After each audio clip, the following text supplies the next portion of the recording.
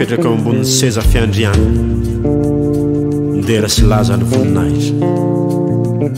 mandrakizay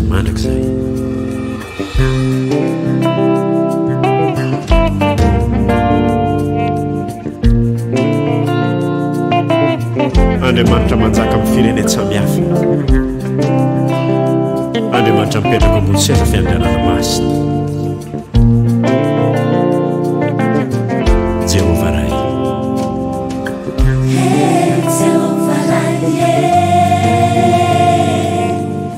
Uterana manjakasai Nahari lancha sinitani Ranai sayang yang shane Wamasinga nena naranau Anjamancha sana kasifanai Naharan zau tarechi zau Uterana manjakasai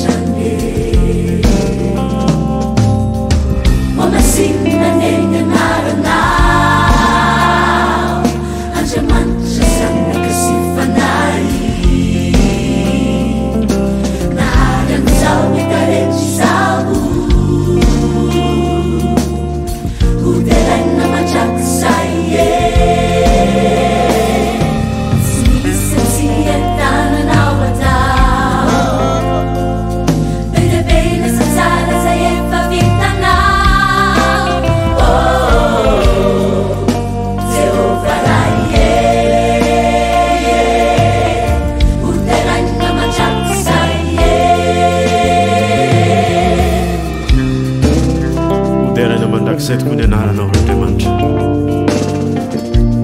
ilay naharan'izao hita rehetra zao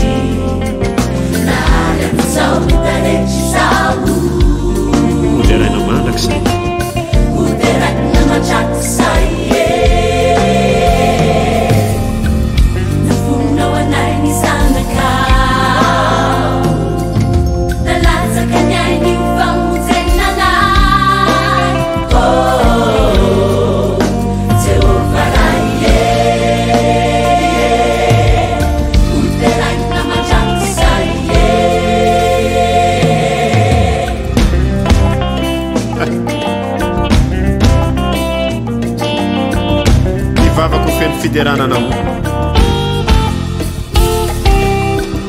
Ivavako feno fankalazana ny anaranao Nivavako ilaza ny fahatsaranao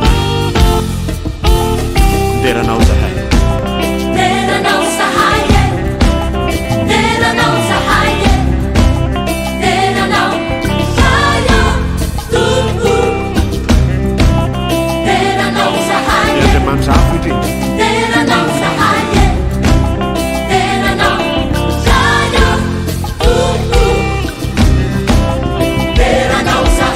Sientananao atao Teranao sahaye